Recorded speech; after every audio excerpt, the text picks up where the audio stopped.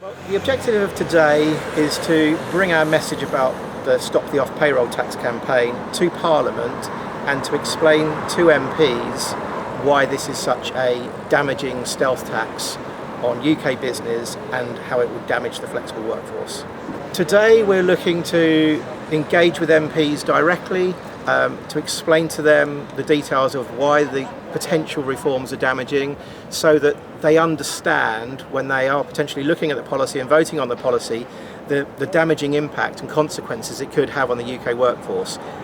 We want to see this delayed for one more year. We would like to see the National Audit Office conduct some further research so that the politicians make an evidence-based decision on this policy rather than follow some of what we consider to be the misleading rhetoric being portrayed by HMRC and the Treasury. Significant damage to business, costs will go up for business hiring freelancers, people will lose their jobs, the flexible workforce will no longer be as mobile, and I'm not convinced that actually it will make any money that they actually think it will do. The whole thing is sort of ill-conceived and misinformed, really. Recruitment agencies need to be concerned because if they're no longer able to place contractors on a genuinely self-employed basis, they will lose the competitive edge over the agencies that can do that. The clients are asking agencies how to deal with this legislation because it's an extremely complex issue, and they're asking the agencies, and the agencies need to be able to inform and educate their clients to ensure that there isn't as much of the damage to the flexible workforce that there could be. Well, it's great to be here in Westminster at the Houses of Parliament for the Stop the Off-Payroll Tax Lobby Day. We hope that lots of people are going to come, meet their MP and get the message across about how ill-considered and how damaging these proposals are to extend the off-payroll tax to the private sector when it's already done damage to the public sector. I think what's interesting in the political climate at the moment is, with all the turbulence, obviously Brexit is taking up most of the attention, but nonetheless you have a really exciting situation where people are prepared to go against their party lines.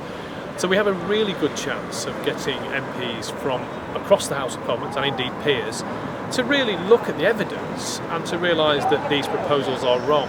But it does need people getting behind the campaign, and that's contractors and freelancers, it's recruiters, and it's the businesses who rely on contracting, because already we're seeing people making decisions that are damaging for the UK economy. So we urge everyone to contact their MP, but even more importantly, go along and see their MP and tell them why the off-payroll tax is bad for contracting, bad for business and bad for the UK economy.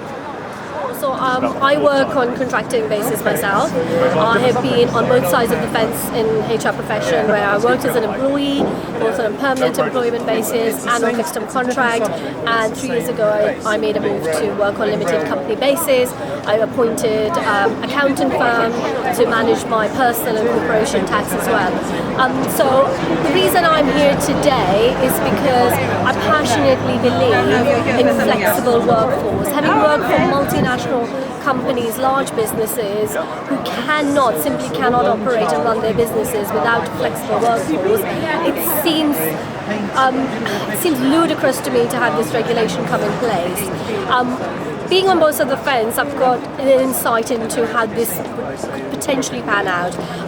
In business partnering, if I was working with the heads of functions and they were to come to me and to say, because of IR35 we cannot appoint 10 contractors, so can I have 10 FTC? My response to them would be, it is not like for like conversion, simply because of the cost implications. In order to support and rationalize costs for FTC, which is a big payroll cost, I'll be going back to the heads of functions, asking them to rethink the numbers they would hire, which will effectively means hiring fewer people in the long term, which is an impact on the workforce, people who could potentially be unemployed for a period of time. So to remove the flexibility, to have a workforce that's flexible for employers to engage on different means, there are occasions when it's in the best interest of both parties to work that way. And I think what's really important here is people who have chosen to work as contractors, either through limited companies or umbrella companies, they have done so of their own choice and will. They are not seeking an employment relationship, and it's extremely important for the government to understand that not every single individual wants to have an employment relationship. They are not they're not in the group where they are impacted negatively because the employer is choosing not to have them as permanent employees. It's a choice they have made. They set themselves on limited companies, they set their own corporation tax, etc., etc.